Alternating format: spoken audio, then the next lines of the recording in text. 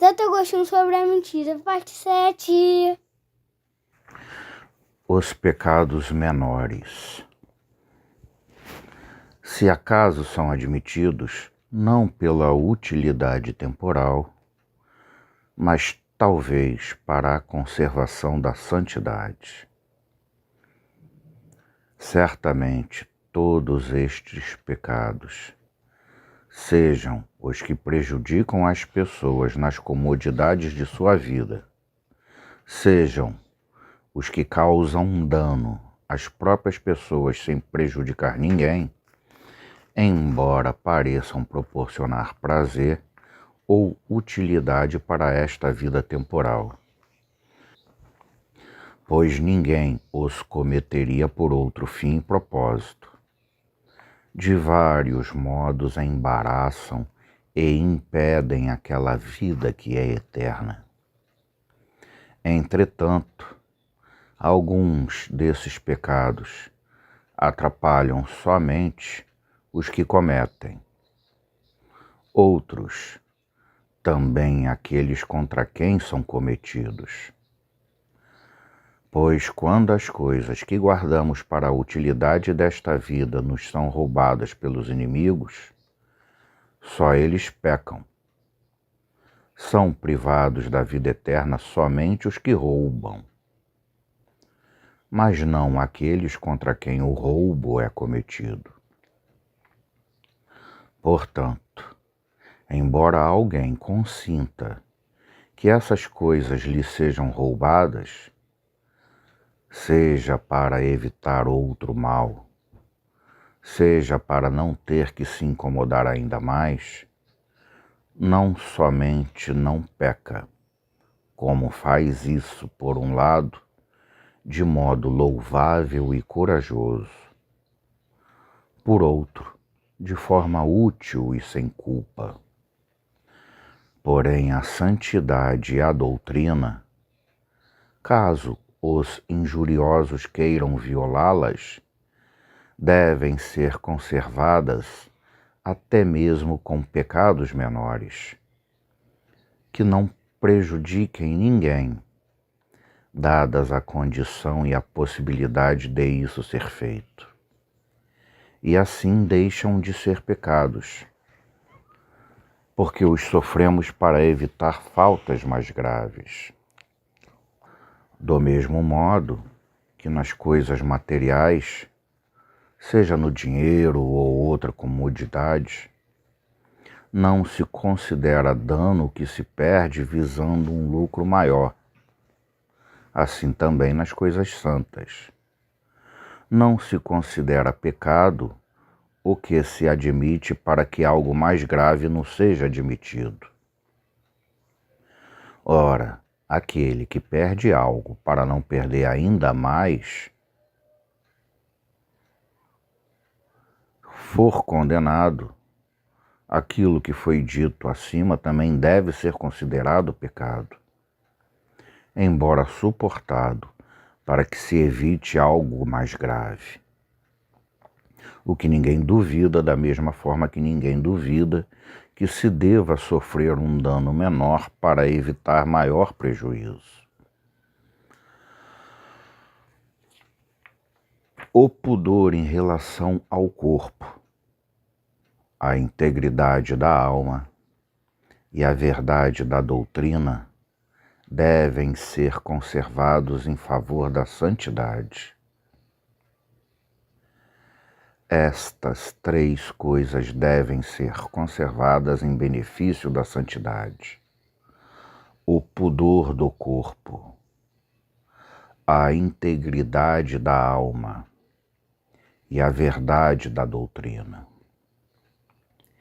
Ninguém viola o pudor do corpo sem o consentimento e a permissão da alma, pois o que quer que aconteça a nosso corpo, contra a nossa vontade e atribuível à força maior, não representa qualquer tipo de impureza. Porém, há razão para permitir, mas nenhuma para consentir.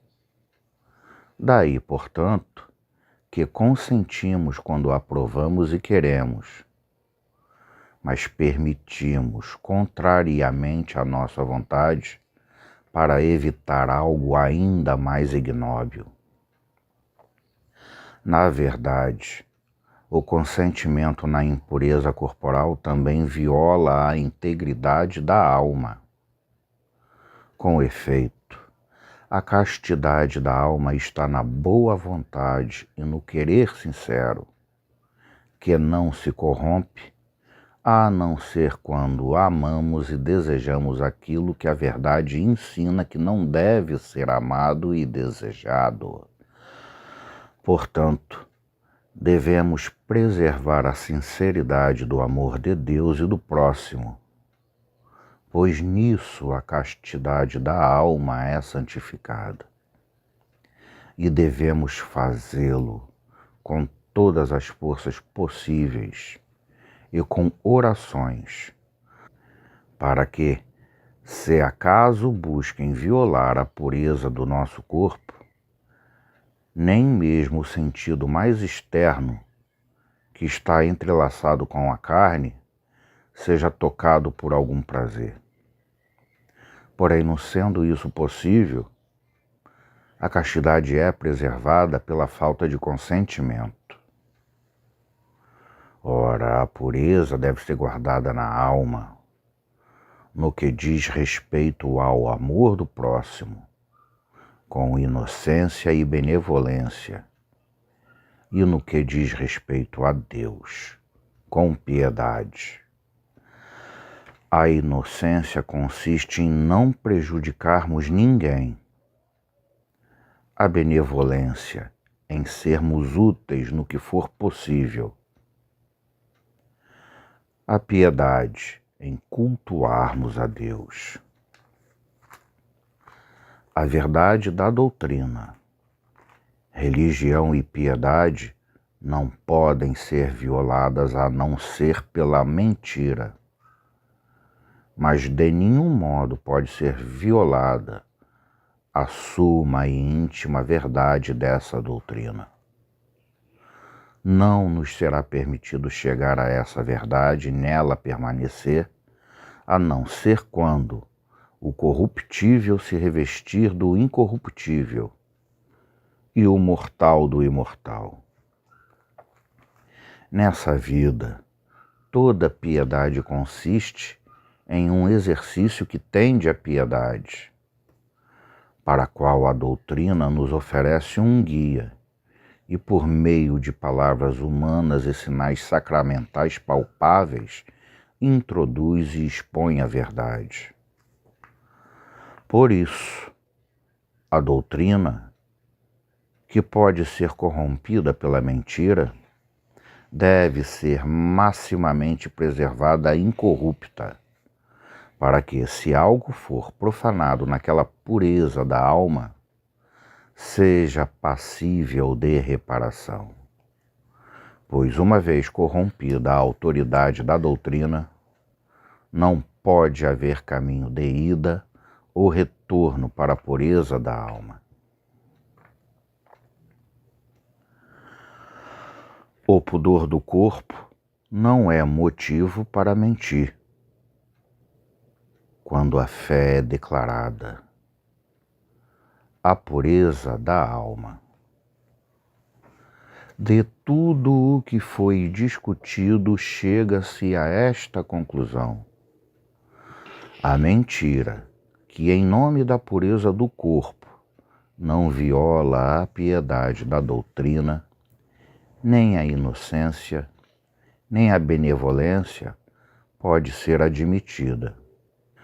Entretanto, e se alguém se propusesse a amar a verdade de tal modo a não apenas contemplá-la, mas também a enunciar verdadeiramente tudo que é verdadeiro, e a não proferir outra afirmação com sua boca, que não aquela que concebera e contemplara em sua alma? E se essa pessoa fizesse isso, para colocar a beleza da fé verdadeira acima não só do ouro e da prata, das pedras preciosas, do conforto, mas também completamente acima desta vida temporal e de todos os bens do corpo. Não sei se alguém poderia dizer com conhecimento de causa que essa pessoa tivesse errado.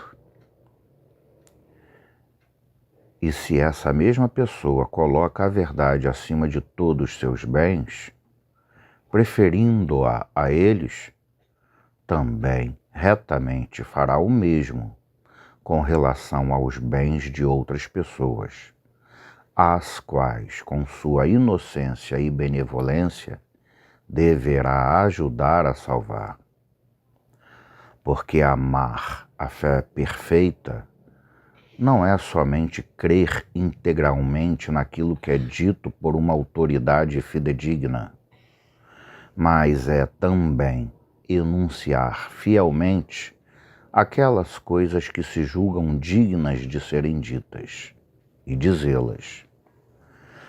De fato, em latim, a palavra fé origina-se de aquele que faz o que é dito. É óbvio que o mentiroso não exibe tal comportamento.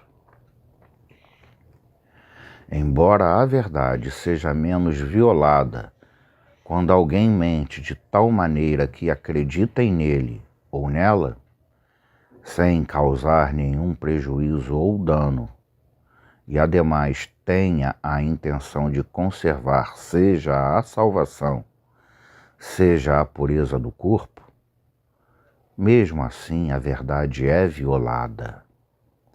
E também se viola algo na pureza e santidade da alma que deveria ser conservado. Daí que sejamos obrigados a concluir, não por meio da opinião humana, que muitas vezes erra, mas pela própria verdade que está acima de tudo e é invencível, que devemos colocar a fé perfeita acima também da pureza do corpo. Porque a pureza da alma é o amor ordenado, o qual não submete as coisas mais valorosas às de menor valor. Todavia, o que pode ser violado no corpo é menos importante que o que pode ser violado na alma. Pois certamente quando alguém mente para defender a pureza corporal, de fato percebe que seu corpo está sendo ameaçado de ser corrompido pela luxúria alheia, mas não pela sua própria. Entretanto, procura não dar seu consentimento, de modo que não seja partícipe da luxúria de outra pessoa. Mas essa permissão não está na alma. Portanto, a pureza corporal não se pode corromper a não ser na alma, a qual, não consentindo nem permitindo de modo algum, se pode dizer com razão que a pureza do corpo seja violada, seja o que for que tenha sido perpetrado no corpo pela luxúria alheia. Daí, conclui-se que a castidade da alma deve ser conservada muito mais na alma, onde se encontra a defesa da pureza do corpo. Por isso, com todas as nossas forças, devemos fortalecer e defender a alma e o corpo com santos costumes e relações, para que não sejam violados por algo externo. Porém, quando não é possível proteger ambos, quem não vê qual dos dois se deve desprezar? É quando vemos o que se deve preferir a quê? A alma ao corpo, ou o corpo à alma. A castidade da alma à pureza do corpo, ou a pureza do corpo à castidade da alma. É também quando vemos com o que devemos tomar mais cuidado, em permitir o pecado alheio ou em nós mesmos cometê-lo. Epílogo. Fica claro, portanto, a partir de tudo que foi discutido, que os exemplos das Escrituras não aconselham outra coisa senão que nunca se deve mentir. Visto que não se encontra nenhum exemplo de mentira digno de imitação nos costumes ou nas ações dos santos, no que diz respeito aos escritos que não contenham sentido figurado, como é o caso dos acontecimentos relatados nos Atos dos Apóstolos. E todas as coisas que se relatam do Senhor no Evangelho, que parecem mentiras aos indoutos, têm sentido figurado. E, quanto ao que disse o apóstolo, fiz-me tudo para todos ganhar. A forma correta de entender é que não mentia, mas que o fazia por compaixão. Com tal caridade agia em prol da libertação deles, que era como se ele próprio sofresse do mal do qual desejava salvá-los. Portanto, não se deve mentir no que diz respeito à doutrina religiosa. Trata-se de um grande crime e é o primeiro e o mais detestável gênero de mentira. Não se deve mentir o segundo gênero de mentira, porque a ninguém se deve injuriar. Não se deve mentir o terceiro gênero, porque não se deve consentir na injúria de outrem. Não se deve mentir o quarto gênero, ou seja, mentir pelo prazer de mentir, porque é vicioso por si mesmo. Não se deve mentir o quinto gênero, porque se nem mesmo a verdade deve ser enunciada com a finalidade de agradar as pessoas, não será a mentira, que por ser mentira é sempre vergonhosa, menos ainda. Não se deve mentir o sexto gênero, pois não é correto que a verdade do testemunho seja distorcida para o benefício ou segurança de quem quer que seja. Ninguém pode ser levado à salvação eterna com a ajuda de uma mentira, pois não é por meio dos maus hábitos de quem o converte que alguém deve ser convertido a bons costumes. Porque se isso se faz ao prosélito, ele fará o mesmo a outras pessoas, e assim será convertido não a bons costumes, mas a maus hábitos, já que foi proposto que imitasse posteriormente aquilo que lhe havia sido apresentado na conversão. Não se deve mentir o sétimo gênero, porque não se deve preferir o conforto ou a saúde temporal de alguém ao aperfeiçoamento da fé. Nossas retas ações não devem ser abandonadas, nem mesmo se alguém, por meio delas, seja levado a praticar o mal. E sua alma fique mais corrompida e se afaste para mais longe da fé. Porque, acima de tudo, temos de nos manter no lugar para onde é nosso dever chamar e convidar aqueles que amamos, como nós mesmos. E com ânimo resoluto, devemos sorver aquela máxima apostólica. Para alguns somos odor de vida para a vida, para outros, odor de morte para a morte. Quem é capaz disso? Não se deve mentir o oitavo gênero, porque, no bem, a castidade da alma é mais importante que a pureza do corpo. No mal, aquilo que nós próprios fazemos é maior que o que permitimos que os outros façam. Nesses 8 gêneros de pecados relacionados à mentira, quanto mais alguém se aproxima do 8º, peca menos. E na medida em que pende para o primeiro, peca mais. Além disso, quem quer que pense que algum gênero de mentira não seja pecado, engana-se a si mesmo da maneira mais infame, porque se acha honesto ao enganar os outros.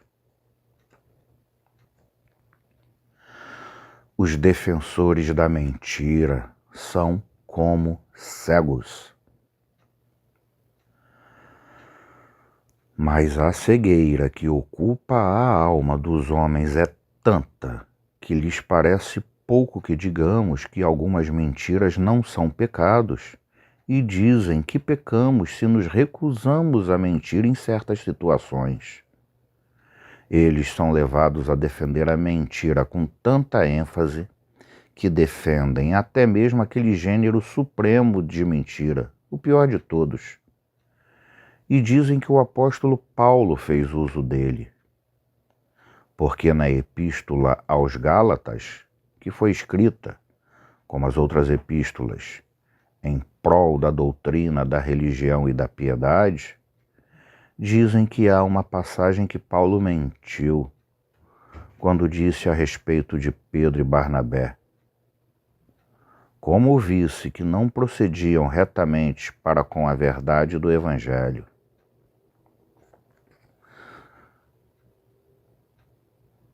Quando, pois, desejam defender Pedro daquele erro e do caminho do vício em que incidiu, esforçam-se por destruir o caminho da religião, em que está a salvação para todos, e acabam por romper e diminuir a autoridade das Escrituras. Quando fazem isso, não se dão conta que propõem que o apóstolo cometeu não só o crime da mentira, mas também o do perjúrio, porque em trecho anterior da mesma epístola, em que prega o Evangelho, diz: vos escrevo estas coisas na presença de Deus, por isso não minto. Mas já é chegado o fim de nossa discussão, e de tudo o que se tratou aqui foi considerado, nada mais se deve pensar ou orar do que aquilo que o próprio apóstolo disse: fiel é Deus, que não permite que sejais tentados além do que possais suportar, mas fará com a tentação também uma saída, para que possais resistir.